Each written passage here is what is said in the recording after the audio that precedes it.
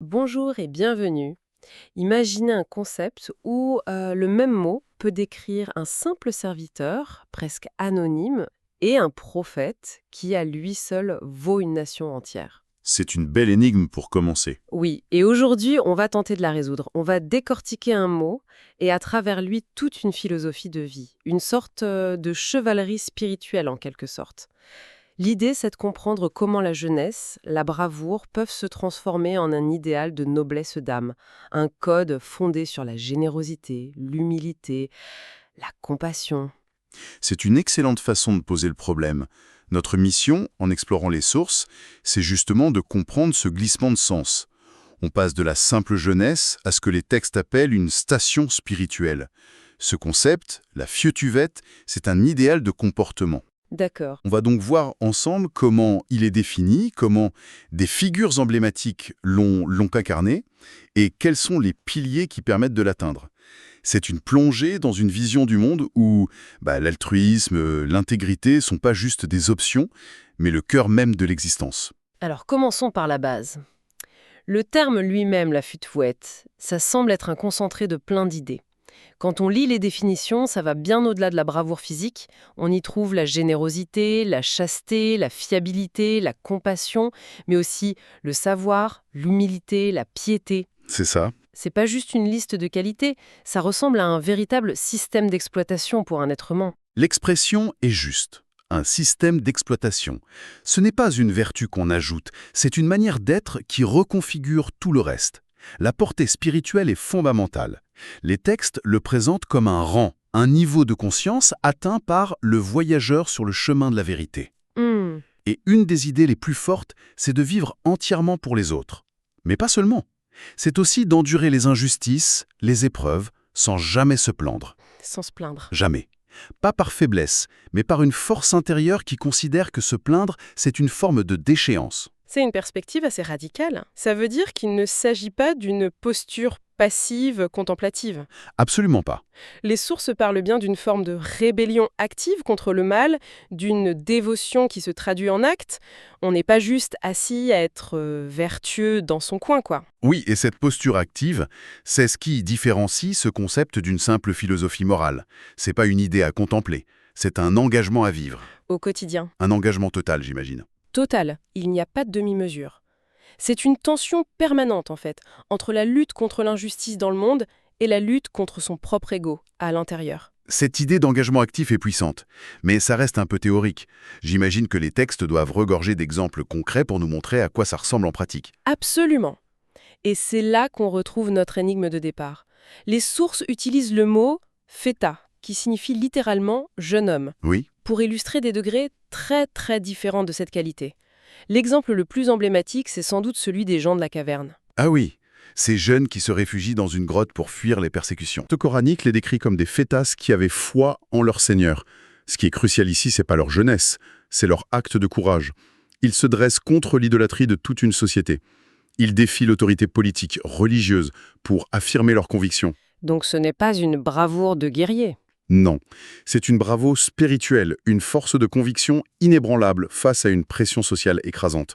Voilà la futouvette en action. Donc ce n'est pas tant une question de force physique que de force de caractère, une forme de dissidence fondée sur la foi. C'est une excellente synthèse. Et un autre exemple, encore plus frappant peut-être, c'est celui d'Abraham, paix sur lui. Il est lui aussi décrit comme un fétas qui a détruit les idoles de son peuple. Mais ce qui est fascinant, c'est que les textes soulignent qu'un seul individu qui incarne cet idéal peut avoir le poids d'une nation entière. C'est une idée incroyable. Ça inverse complètement notre vision du pouvoir. Le nombre ne fait rien, la qualité de l'âme fait tout. Attendez, c'est là que ça devient subtil. Parce que si feta est associé à des figures aussi immenses, comment on explique qu'il puisse aussi désigner des gens ordinaires? C'est le point clé.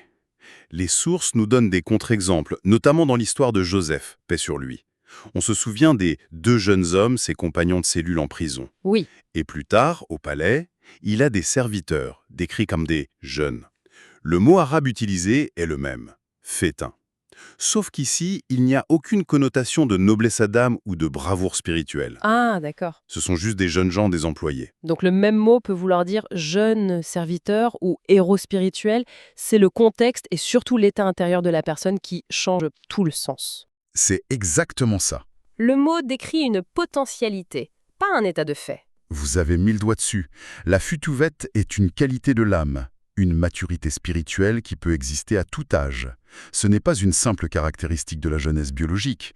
On peut être jeune et juste, être jeune, ou être jeune et incarner cet idéal. D'accord, le concept est plus clair. Mais si c'est une qualité de l'âme, comment les différents penseurs au fil du temps ont-ils tenté de la décrire? Les sources qu'on a, elles ressemblent à une sorte de compilation, une vraie mosaïque de définitions. C'est une mosaïque, en effet. Chaque définition est comme une facette du même diamant. Par exemple, l'une d'elles dit que la futuvette, c'est ne pas mépriser le pauvre et ne pas se laisser séduire par le riche. Ce qui est intéressant là-dedans, c'est que ce n'est pas juste être gentil avec les pauvres. C'est une posture d'indépendance totale de l'âme vis-à-vis du statut social, qu'il soit haut ou bas. Exactement. Une autre définition, dans la même veine, être juste envers tout le monde, mais n'attendre la justice de personne pour soi-même. C'est un désintéressement qui frôle l'abnégation. On donne sans rien attendre en retour. Pas même la réciprocité de la justice. Franchement, cette liste est intimidante. Il y en a une autre qui dit qu'il faut lutter sans relâche contre son propre ego, être l'ennemi de son propre ego, ou encore penser aux autres au point de s'oublier soi-même. Ça semble presque surhumain, impossible à appliquer au quotidien. Est-ce que c'est un idéal purement théorique? C'est une question légitime. Et ce qui est fascinant, c'est l'équilibre que les textes essaient de maintenir. Un équilibre entre deux pôles qui semblent contradictoires, la fermeté la plus absolue et la douceur la plus infinie. La personne qui incarne la futuvette doit être comme un lion pour défendre les droits divins et la justice. Aucune compromission n'est possible là-dessus. Mais en même temps, elle doit faire preuve d'une indulgence totale pour les torts qui lui sont faits personnellement. C'est un paradoxe puissant. Comment on peut être un lion intransigeant et en même temps un agneau qui pardonne tout? C'est un équilibre quasi impossible à tenir. C'est le cœur du défi spirituel. La clé, c'est la dissociation entre le principe et la personne. On se bat pour un principe divin, pas pour son ego. Les sources expliquent qu'il faut voir ses propres défauts, même les plus infimes, comme des montagnes. D'accord. Tout en étant complètement aveugle au plus grand péché des autres. C'est un renversement complet de notre tendance naturelle qui est de faire exactement l'inverse. Tout à fait. C'est un idéal de service où l'on cherche les places d'honneur pour les autres, tout en se considérant soi-même indigne d'être ne serait-ce qu'un simple serviteur. Toutes ces définitions sont magnifiques, mais ça reste une montagne de concepts. Est-ce qu'il y a une tentative dans nos sources de synthétiser tout ça en quelques principes plus concrets, plus actionnables? Oui, et c'est ce qui rend le concept plus tangible. Les textes synthétisent souvent cette mosaïque en 4 piliers fondamentaux, attribués à l'imam Ali, qui est considéré comme l'incarnation par excellence de cet idéal. D'accord. Voyons ces 4 piliers. Le premier, pardonner lorsqu'on est en position de force. C'est facile de pardonner quand on n'a pas le choix. Le vrai test, c'est de le faire quand on a le pouvoir de se venger. Bien sûr. Le deuxième, agir avec calme et douceur, même en état de colère. La maîtrise de soi l'absolu. Le troisième, vouloir le bien, y compris pour ses ennemis. Attendez, celui-là, il faut qu'on s'y arrête. Les 2 premiers, je peux les comprendre. C'est un idéal de maîtrise de soi. Mais vouloir le bien de ses ennemis, c'est profondément contre-intuitif. Pourquoi c'est si central? Parce que c'est le test ultime de l'éradication de l'ego. Tant que vous souhaitez du mal à votre ennemi, même passivement, votre ego est encore aux commandes. Je vois. Souhaiter activement son bien, c'est la preuve que vous avez déplacé le centre de votre motivation, de votre personne, vers un principe supérieur d'amour et de compassion universelle. C'est le sommet. Et le 4e pilier? C'est peut-être le plus exigeant de tous. Pratiquer l'altruisme radical, ce que le texte nomme Issar, c'est-à-dire faire passer les besoins des autres avant les siens, même lorsqu'on est soi-même dans le besoin le plus criant. Pour que ce ne soit pas juste de la théorie, j'imagine qu'on nous donne des exemples de sa vie. Tout à fait. Chaque pilier est illustré par des anecdotes. Pour le pardon, on cite son traitement de son propre assassin, demandant qu'on le traite avec douceur. L'exemple le plus célèbre, pour la maîtrise de la colère, c'est cette scène de combat où il vient de vaincre un adversaire. Au moment de porter le coup final, l'ennemi lui crache au visage. La provocation ultime. Exactement. Et au lieu de céder à la fureur, il se relève, rengaine son épée et s'éloigne. Plus tard, il aurait expliqué que son combat était pour Dieu. En lui crachant dessus, l'homme a rendu le combat personnel. S'il l'avait tué à ce moment-là, ça aurait été pour venger son propre ego, et non plus pour la cause juste. Cette histoire est incroyable. Il ne s'agit pas juste de pardonner, il analyse sa propre motivation en temps réel et il décide que son acte n'est plus pur. La conscience de soi que ça demandait. Vertigineuse. C'est ça. Et pour l'altruisme radical. On rapporte l'anecdote où il aurait été vu grelottant de froid en plein hiver, portant des vêtements d'été, simplement parce qu'il avait donné ses propres habits d'hiver à quelqu'un dans le besoin. Ces exemples servent à cimenter son statut de modèle, le feta par excellence. Ce qui explique l'adage célèbre « Il n'y a pas de héros comme Ali, ni d'épée comme Zulfikar ». Donc tous ces piliers, ces exemples, cette lutte intérieure constante, quel est le but final de tout ça? Où est-ce que ce chemin est censé nous mener? Il mène à ce que la tradition appelle l'être humain accompli. L'objectif est de réaliser pleinement son potentiel humain, qui est vu comme un reflet du divin. Mais le point de départ, la condition sine qua non, c'est la purification de l'âme. Sans ça, rien n'est possible. Rien. Une anecdote magnifique est rapportée à ce sujet.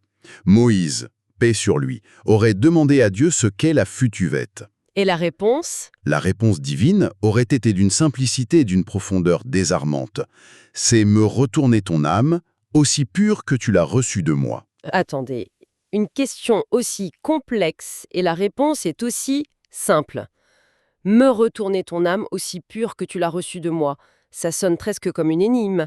Qu'est-ce que ça implique? Ça implique que le but de toute cette discipline n'est pas d'acquérir quelque chose de nouveau, mais de retrouver un état originel, de se débarrasser de toutes les couches que l'ego, les désirs, les attachements, la colère, l'envie ont accumulées sur notre âme. D'accord. La futubvette, c'est ce processus de décapage, de retour à l'essence. C'est pour ça que la lutte contre l'ego est si centrale. C'est l'obstacle principal à cette pureté originelle. C'est un chemin qui semble incroyablement difficile, une ascension permanente. Oui, ce n'est pas une promenade de santé. Une citation poétique dans l'une des sources résume magnifiquement cette idée. La voie de la futubvette est un trésor au-delà du mont Kaf. Que peuvent en savoir ceux qui se fatiguent sur le chemin plat? C'est une invitation à ne pas se contenter de la facilité, à viser les sommets. Même si le chemin est périlleux. En résumé, si on revient à notre point de départ, la futuvette est bien plus que la jeunesse ou la bravoure. C'est une chevalerie de l'esprit, un code éthique extrêmement exigeant qui repose sur l'altruisme, la justice, le pardon et une dévotion à un idéal qui nous dépasse. C'est un chemin de transformation intérieure radicale. L'idée centrale est de réussir à déplacer son centre de gravité de soi-même vers les autres et vers le divin. Et c'est cet idéal qui demande de concilier en permanence la force d'un lion et la compassion d'une mère, la rigueur la plus extrême envers soi et l'indulgence la plus totale envers autrui. Un équilibre qui est sans doute le travail de toute une vie. Absolument. Et en y réfléchissant, les sources qu'on a explorées décrivent cet idéal à travers des figures héroïques, des modèles presque surhumains du passé. Et ça soulève une question qui reste en suspens pour notre propre réflexion. Laquelle? Dans un monde moderne, souvent axé sur l'individu, la compétition, la réussite personnelle, quelle forme concrète les principes de la futuvette, comme cet altruisme radical ou le pardon en position de force, pourraient-ils bien prendre aujourd'hui dans la vie de tous les jours? Pas seulement pour des héros de légende, mais pour chacun d'entre nous.